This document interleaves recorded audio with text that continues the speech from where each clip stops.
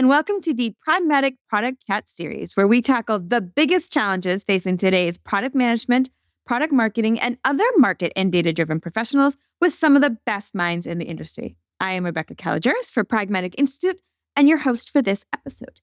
And today we have on one of my favorite guests. He is a frequent guest because I always do enjoy the conversations with him.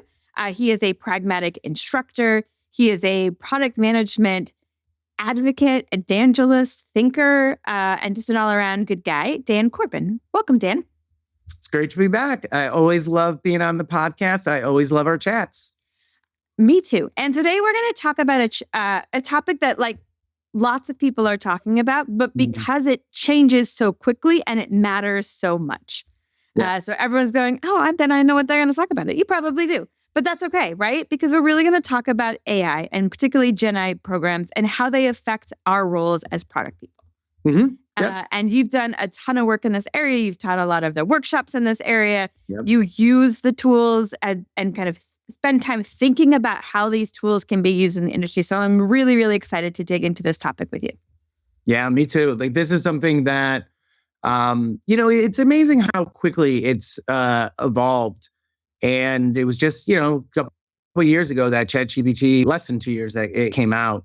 And we were saying how you have to start using it. And today we're going to talk about why it's so important that product people are using it on a daily basis, that they're using it throughout all of the different types of work. And, all of their various responsibilities can be improved leveraging AI. Yeah. And I mean, not only was it 2 years ago when it kind of came out to the masses, right? Mm-hmm. But just the speed at which it's improved, right? Yeah. For those of us who played around in the very beginning, you're like, well, this is kind of fun, right? I'll keep. And now you're like, dang, there's a lot of opportunities here, right? Yeah. Some of the risks and some of the other, constraints still exist, but the opportunities are really there. And I think we've really evolved the way we think about how we can use them and the tools that are available. Yep. And that's the part that is really interesting is now it's becoming mainstream. Now we're starting to see it baked into the tools that we're already used to using. Mm-hmm. So, you should be it makes it easier to use it on a daily basis. But I just got an announcement from Miroboard. So Miro is like the whiteboard. For those you're listening, it's a great tool. You do a lot of research calls and projects there. They just released an AI research report writing tool, right? So the idea is that you've got your board with all the research in it. You can press the little magic button and it's going to create a report that feeds out a summary of the research, right? Yeah. When we talk about the research is so important and it takes time, but also so much time is needed to let it out, to share it out. So I'm excited to play around with that one. I don't know if it works yet. So this is not a recommendation. This is or an endorsement. It's constantly seeing it built into the tools we use today. Yeah, it's funny you mention that because I'm here in London and I had on Monday a product manager from Euro who was telling me about that exact feature and they were very excited about it. Nice. Well, I'm excited to try it as well. How fun. What a small world. Yeah. It's a product, the product management world is 2 degrees of pragmatic, I believe. Very, very true. All right. So let's start with kind of the basics, right? Mm-hmm. When as a product person, why should I embrace it? If I'm one of those last few people holding on to the no, I'm not going to, tell me why. And then let's talk about where I should embrace AI in my sort of workflow. Sure. Well, the why, I think it's really about self-preservation, and I don't mean to be so dramatic, but it really is one of the things that we talk about in our the AI for product management, product managers workshop that I teach at Pragmatic is AI will not replace you, but someone who is using AI will. And there's a recent study out recently that LinkedIn did with Microsoft, a 2024 work index study. And they had some pretty interesting statistics. And it showed that 71% of leaders said that they would be willing, they would hire someone with less experience. They would take a candidate with less experience that had AI skills over a more experienced candidate. That's how much product leaders are valuing AI experience going forward. And 66% of business leaders said they wouldn't hire someone without any AI skills at all. So it's showing already that it's just an essential part of any PM's skill set. So businesses, they want product managers who are going to be able to apply these AI skill sets, using ChatGPT, using Copilot, being able to really dive in and just use all of the various ways that you can just tap into these tools to promote the business and to just go forward. Nice. Nice. I think some of the early cases were a lot about outputs, right? Have it write your emails, have it write your, right. It was a lot of marketing focused stuff.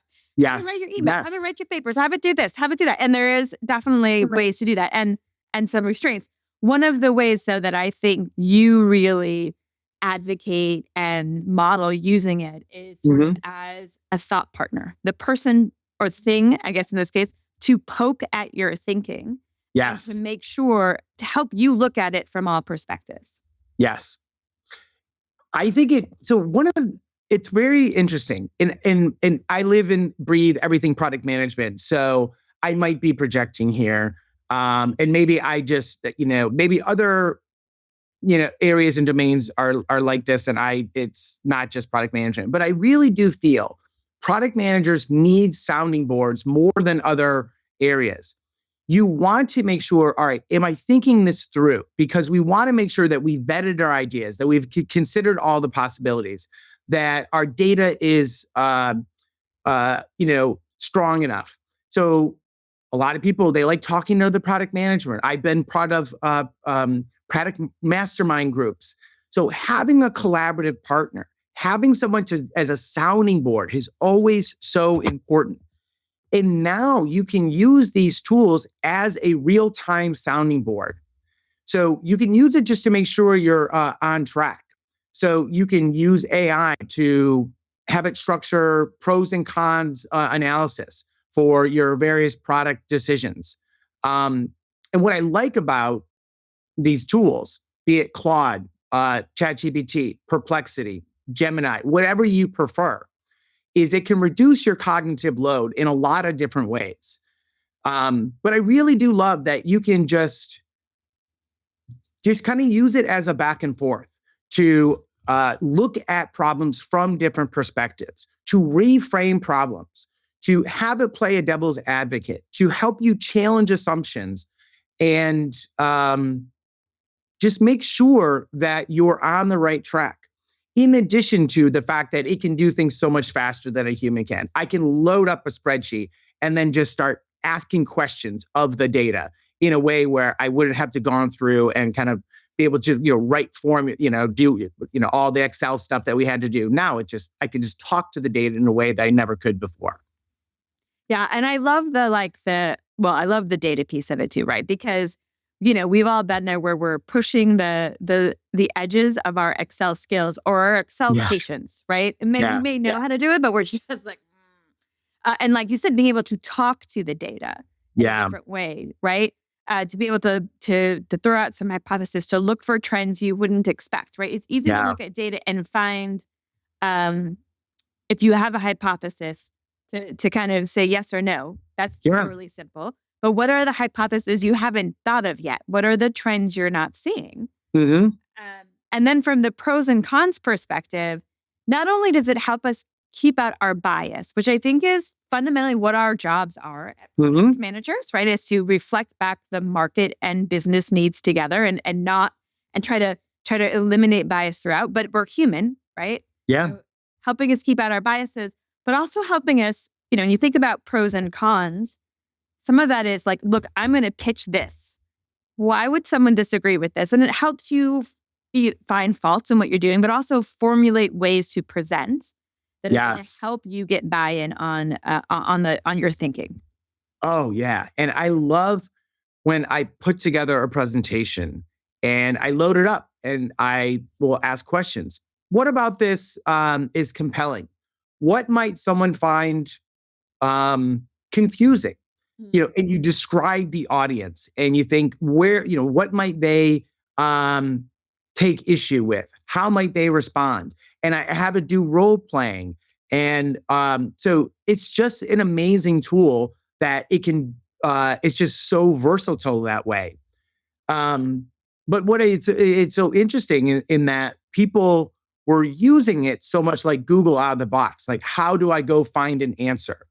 And it really, the power, the magic is how can I use it to boost my creativity, to be able to there's this concept that in design where you diverge and you be able to look at problems from all perspectives and then you converge. And using tools, design tools can help you with that diverge process. And I think AI tools are one of the best tools that I've found to help me diverge and look at things from a much broader perspective. So let's talk, when we think about, and I've heard you say that, right? Like you can really use AI as a product manager to help kind of your entire workflow, right? Every aspect of what you do could be touched by this. But I know there are some specific spots that are really particularly powerful that you want to talk about. So let's go through some of those and then talk about how we would use AI in those situations and sort of some best practices along the way. Sure. Sound good? Well, everything we do at Pragmatic starts with market problems. Yes, of course. So let's start there. So, all right. So how can you use AI to discover market problems, to validate market problems? And it's an important question because anytime you're using AI, there's a proper use in a way that it can go off the rails.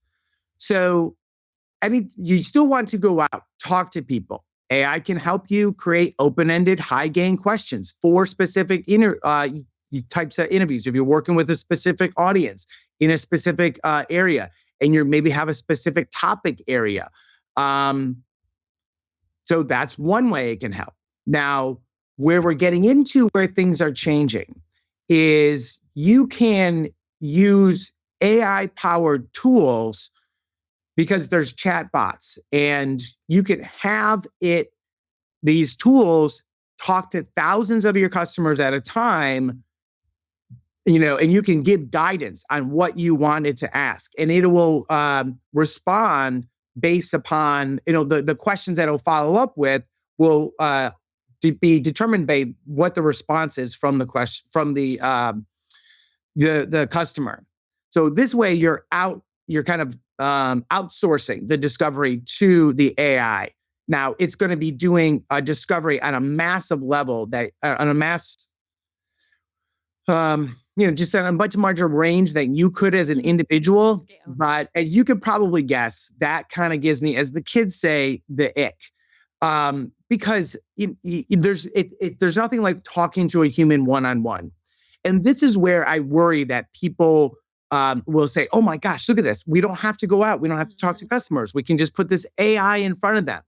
There's also ways that you can just describe the type of user that you want to go after, and it'll generate a persona for you without you having to do any research.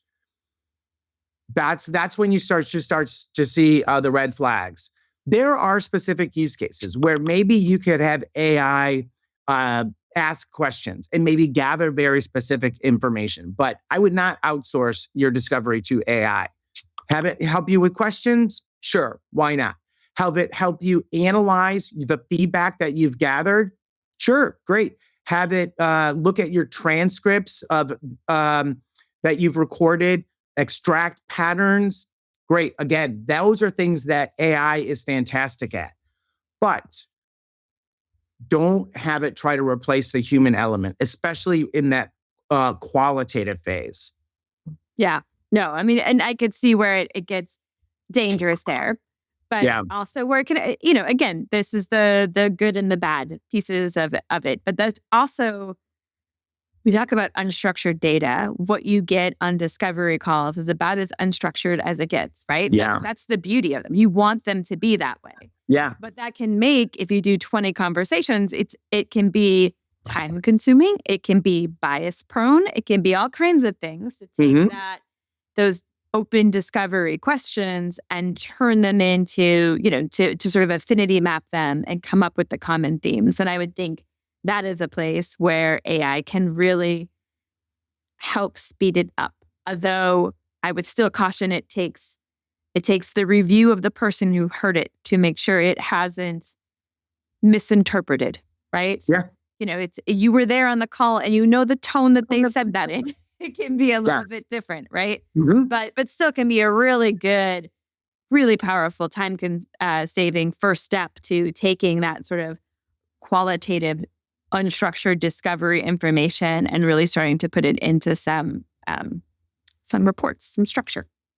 Yeah, in a similar fashion, so that's after you've gathered the data. Another way that you can use AI to determine, all right, where do we want to start looking is you can gather lots of market data. You think about your salespeople maybe you're recording a sales call using Gong or some tool like that. Maybe you've got a bunch of Zoom calls that you've recorded.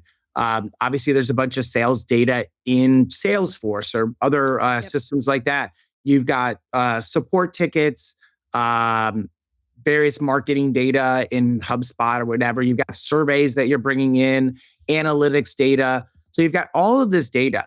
You can, if you have that in a central repository, or if you connect certain AI tools to it, it can go through, it can crawl it. And if you give it a time frame and you give it certain instructions, it can say, oh, what we've seen is a spike in these issues, in these problems. And that might be a good starting place of like, oh, all right, wow, we didn't realize that this particular segment cared about that. Let's go talk to people. So that's another area where AI might be able to lead you in an area to say, all right, might be a market problem that we want to learn more about. But again, you're not just saying, okay, great, that's ranked the number one. That's what we're going to go start building, obviously. Yeah. Okay, so after discovery, let's talk a little bit about validation. Yep. Validation, a common form of validation. You want to get data back fast and quickly. You can do surveys. And AI can help you design effective validation surveys. It can suggest questions. It can help you reduce bias. Because when you're writing them, oftentimes humans, you're kind of seeing things from a certain perspective. You can bounce it off of AI or have it write it in a way where it maybe is not seeing it from that perspective. And just like, again, once you get a lot of data back, and maybe you're doing a combination of this data, again, it can do that really quick analysis for you. And there's a lot of prompts as well that you can go and utilize. And you can put in there and say, you can ask ideas of ChatGPT. All right, help me understand, like, what might be a way that I can do this? This is the situation. This is really the specific niche maybe I'm trying to do validation with. And you can use it as a sounding board, ask for suggestions. You can also help it challenge your assumptions. Maybe you flag potential confirmation bias or question correlation versus causation. Or maybe it'll come up and identify alternative explanations, because you may immediately say, oh, look at that. I knew it's because of that. And AI, you may ask it to do or put in a certain reflection prompt. And it may say, well, the reason that's probably showing up the data could be this, but we think it might likely is this. And that could be completely different than what you read in the data. Yeah. Okay, so we talk about market problems, discover and validation, and some of the different ways it can help us with that process. Yep. There are a couple other. I mean, like we could go all day. We could pick a box, any box. But there are some spots I think that are really interesting to talk about. One being roadmaps, right? Yeah. You wouldn't necessarily be like, hey, AI, why don't you go create an 18-month roadmap for me? Tell me what we should do. Right? Because we know all of the research, all of the decisions, all of the give and takes, all of the factors, internal and external, that weigh into making the decisions that go into creating the roadmap. But that doesn't mean there aren't ways for AI to help us here. So talk to me a little bit about kind of your point of view on how Gen AI can help us with the roadmaps. So again, this is an area where if you're working at a company and you are really trying to show that you are being data driven, I think that you can leverage AI. And I think that you can help it with that storytelling and crafting presentations that tell the story of how you're prioritizing what problems that you're going after. So there's a lot of elements. I think, though, one of the things, especially with roadmaps and AI, if you ask it and you can put together a prompt and it'll come up with like, oh, you should go solve these problems, build these things. You have to be very careful about making sure that you have fed in the proper research, the proper documentation. You have the data, you have all the context. It understands your persona, what your overall strategy is, what your product is doing, what the larger strategy is. So there's so much context there. So you as the product manager still have to be the one guiding the roadmap. But you still need all that information, right? You can't do it without understanding those pieces. Yeah. So that's really key. Again, it is not going to put your roadmap together for you, but it might help you put it together faster. You're going to look for ways that when you're putting it all together, where you might create a GPT, your own custom thing. All right, well, this is the way I've been doing my prioritization. I may create something that automates that part of that for me. So it's just going to look for ways that you can do your work faster and make sure that you're sticking to your priorities. And so it's one of those things where it can really help you, but I worry about product managers who are like just saying like, oh, because AI, as we know, can give you very convincing, amazing sounding answers that look great, as output. But if you were to go to present them and then you start poking at it, you're like, oh, wait, that is awful advice. Yeah. And I think that's, you want to get an answer and you get out some really great stuff from GPT, but like you can't trust it all. I mean, this sounds like we all know this, but like you said, it's really convincing. I could sell my company on this idea, but that doesn't mean that we can execute it successfully. Right. And a lot of that, again, it depends on the foundation that it's built for. Right. Yeah. Yeah. Something like 90% of products fail, like they all have, right? And they're all of those failures are feeding into what it knows, right? So, yeah, exactly. Yeah. It's an important to be able to take our lens on top of this. But when you have a clear point of view based on research, we've all been there, I think, where you know the answer, right? You've done the research. It's very clear in your mind based on talking to the market and understanding these pieces. But you can't convince, you struggle convincing. This can be a tool to help you do that, right?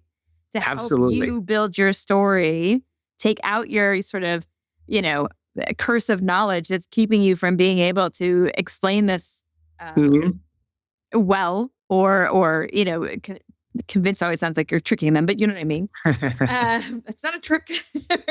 And it can be a really powerful tool for helping to do that. Yeah, especially when you're like, all right, this is the audience. This is the skeptic.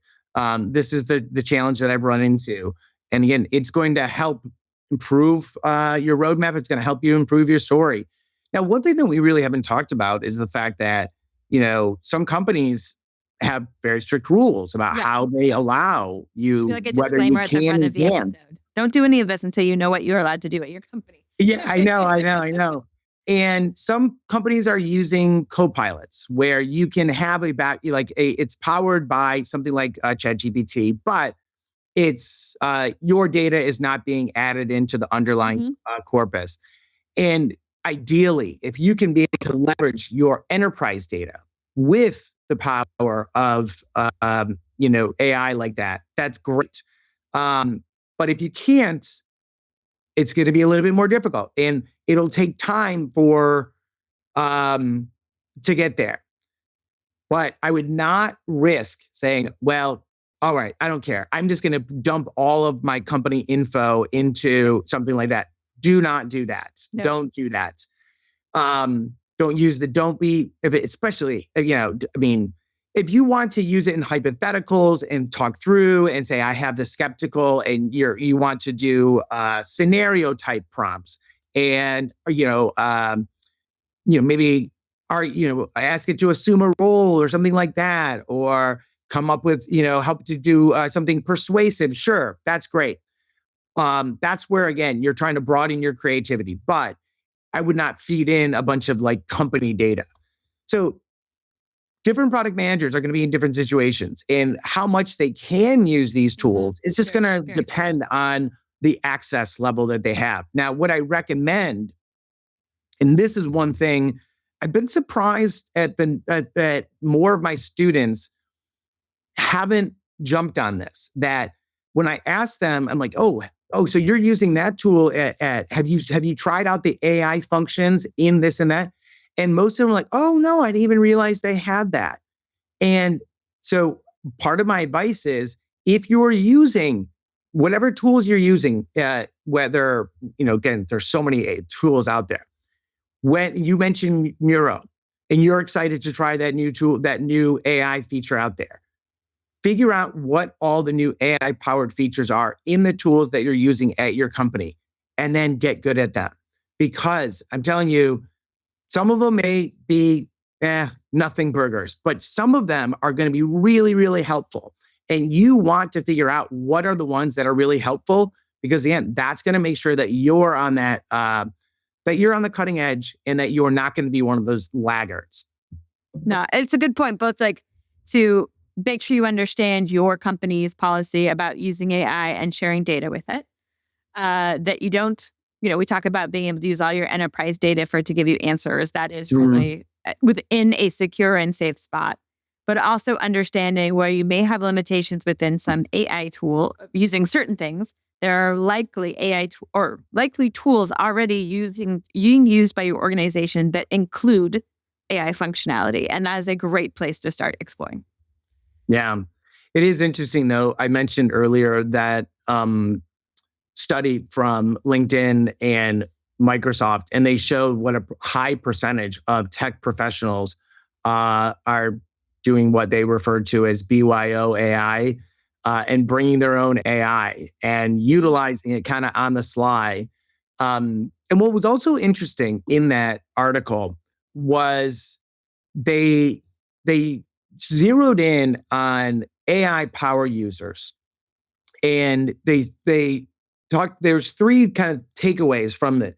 AI power users were about I forget the exact percentage, but were more productive, were happier, and they what made them AI power users was they were encouraged by their company to use AI, and they were given training to do that.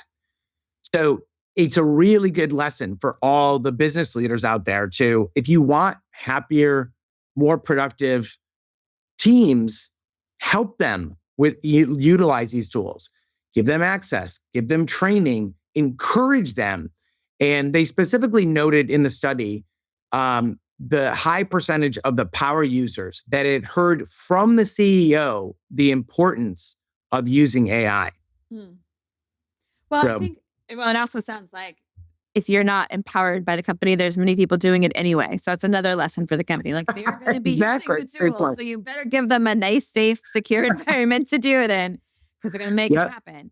But I also think when the organization promotes it and talks about it and sets up the systems to feed into it so it can be, useful and powerful, it is a signal that this is an amplifier, right? Not a replacement. Yeah. And that is, again, a place where you're like, man, they want me to not be bogged down in the manual analysis, when instead I can be doing interpretive analysis that is really based on my unique abilities and my unique understanding. Yeah. People should not be afraid to admit that they're using AI, that they used AI to do some, like, an important piece of work.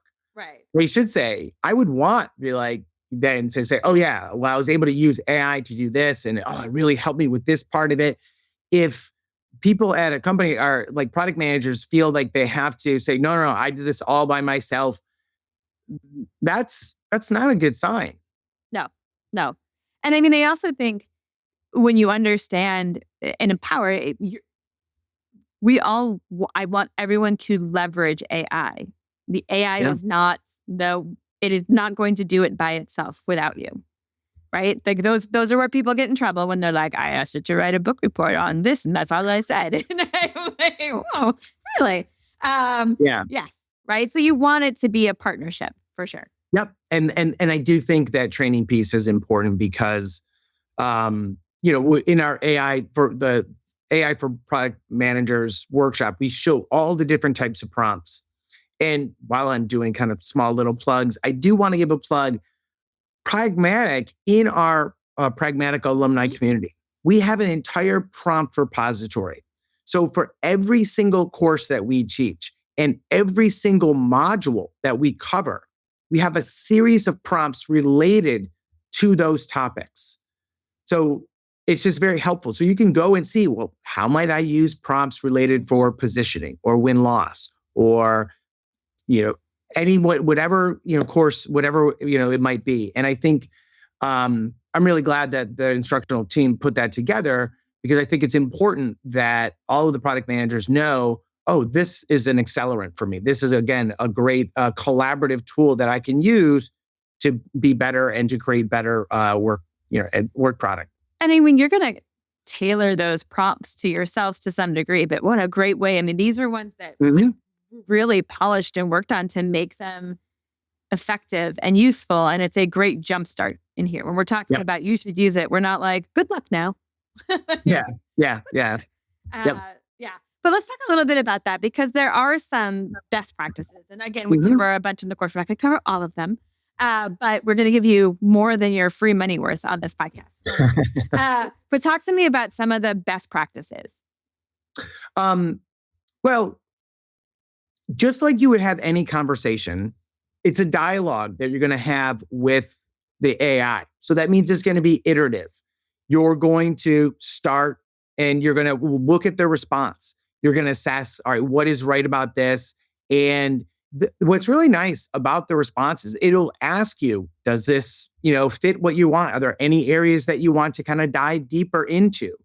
So you want to use those responses to figure out, all right, where do we want to explore further? So that iterative kind of approach is critical. You don't want to just put in one prompt and then be like, done. One of the tricks that I learned from a colleague that I really like is I have it ask me questions. I'm like, yeah, that's a great one. I'm doing this. So what else do you need to know about this to really help me with here? Because it also I often have it. It's super helpful, and I can, it helps to fill in the story a great deal. It also helps me think what questions other people might ask. But I love that. Yeah.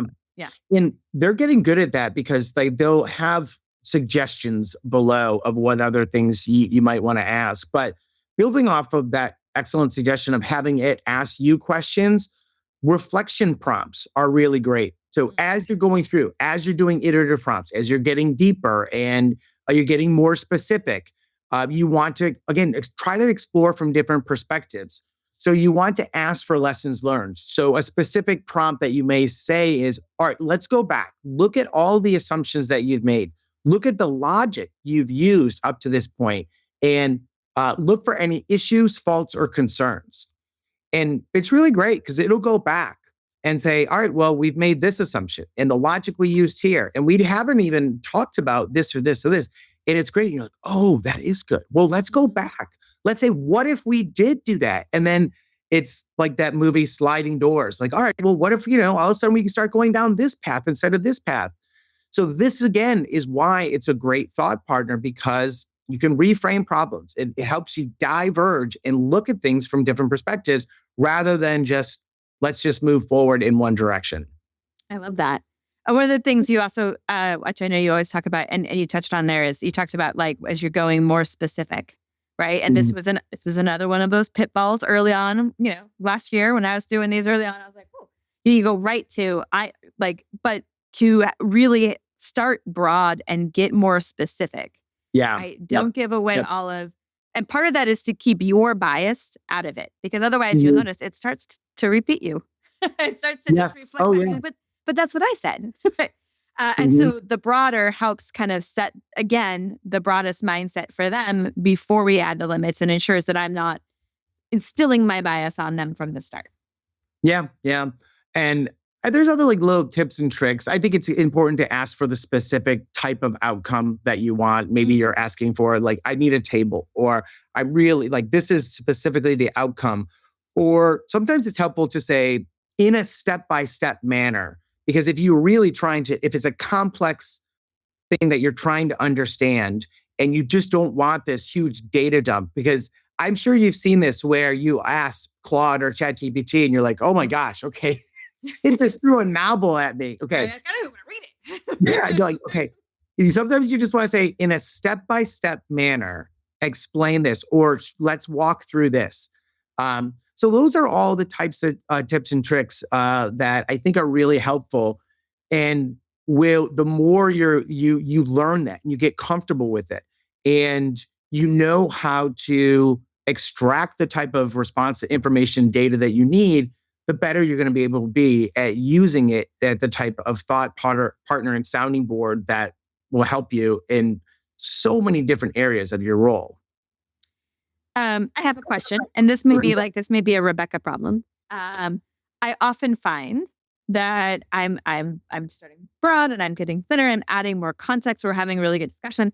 There's like this sweet point where is clearly understanding what I'm putting down and the questions I'm asking, and I'm getting really good answers. And then there's a point where it like breaks itself, right? Like if I stay in that same chat, there's a point where it's like it chased its tail, and suddenly I'm like, are you? You're not in this conversation with me. And it's happened quite a few times recently, and I think, I must need to structure differently. I must need to be able to pull and start another chat that somehow goes through here. But is this just a Rebecca problem? Oh, no. This can happen. And it's interesting. And,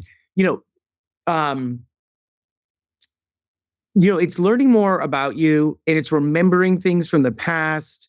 And sometimes it's just hard to explain. Like, well, where did it come from that? And I sometimes like we're grooving and we're heading this way. And then I think I'm going over here. And then all of a sudden I look behind me. I'm like, whoa, exactly what you're describing. So definitely not a Rebecca problem. Right. Definitely not a Rebecca really problem. Poor answers, right? Yeah. Where you're like, oh, you're not, wait, we have lost our thread. Yeah. Here. And then I will go and I'm like, no, we won't. And then it'll apologize. Oh, I'm sorry. And I said, well, it is very polite. And it'll say, and it's one of those things. Do you redirect and try to correct? Do you go back? Do you overwrite go back to the point where it started to go off the rails? And sometimes I do both. Sometimes I'm like, switch tools. I'm like, fine, I'm going to go talk to Claudia. Sometimes they do that as well. And I think that sometimes I'll give the thumbs down if I'm in ChatGPT. It's like, no, I do not like this answer. Nope. Yeah. You have forgotten what conversation we're having. And then there's another discussion I was having with someone is whether you're polite to do you thank them? Or like, oh, thanks, that's a great answer. Oh, this is perfect. Do you do that, or is it just like straight off machine talk? No, I'm very polite. I like, fantastic. Oh, this is great. Like, oh, okay, well, this isn't not quite. Let's try this. And it is very much just because it's my nature. Me too. I just, I say thank you a lot. And I still, I do the same thing with Siri, I don't need to thank it for telling me what the weather is, but you do. And yet you do. I think my friend was saying, we're going to know exactly who are the good people by how they talk to theirs. I know. Listen, when our AI overlords come along, right, you know who the people who were rude were. Just buttering them up. You just come hang out with Dan because they're going to be like, he was very nice. I'm going to keep him around. Oh, Now, if somebody would just teach AI to spell words correctly when they make images, it would make it would yeah, wouldn't that be I great? know. Okay. So we talk a little bit about, speaking of the future of AI, when it can Mhm. spell words, that you can copy words into an image. But what else from a product management perspective? It's so hard sometimes to picture it because it's moving so fast. Yeah, yeah. But what are some of the areas that you think might be kind of up and coming where we might see some more AI being leveraged, or some other things that you think might be on the horizon?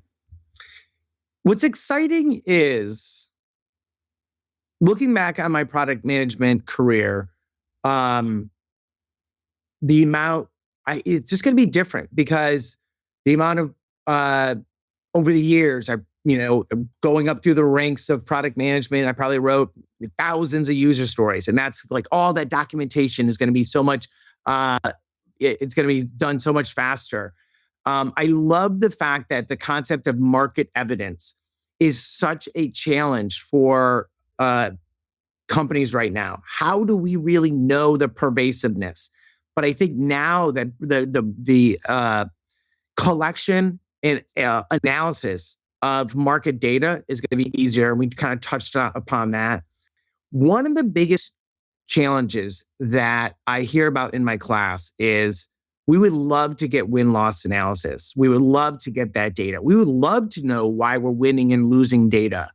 But it's hard. People don't. They've just gone through a sales process with the last 4 months, talking to us, and they don't want to talk to us anymore. And they don't want to sit down for an interview. So these are things where AI might be able to solve, at least get us a lot more information than we have now. Like, for example, if you are recording your sales calls, whether it's a phone call or video call, AI is going to be able to do quick analysis of everything that was discussed. It is going to be able to do sentiment analysis and look and read how people are reacting and looking, and just it's going to get really good at reading humans and what they feel. And because if you go into Salesforce and you look, and they'll do drop downs like, why do we lose this deal? Yeah. What is it? Why do we always lose every deal? Price. Or price and features, and features every single time. But now we're going to be able to just say AI as we go along. We're going to be like reading and assessing and analyzing every single step along the way, and then we can gather all of that up, and it's going to give us a trend analysis, like how, do we think we're doing well on this, and that's going to be the more and more data that we get. Those types of tools are going to get better. And they're going to be able to predict if we're going to win or lose deals. And we're going to be able to because there's so many reasons why you are going to win or lose a deal. It's all of those little decision points that go into that ultimate decision. But product people aren't getting any of that data. Most product people aren't. Yep. But now I think because of AI and the fact that it's easy to record, collect, analyze, not only what's being said, but some of this sentiment analysis, I think that's an area that might be really helpful. So there's possibilities that are opening up. And I do love the fact that, the full history of enterprise data is going to be available. And you can look back and say, hey, we've got a new launch of the platform.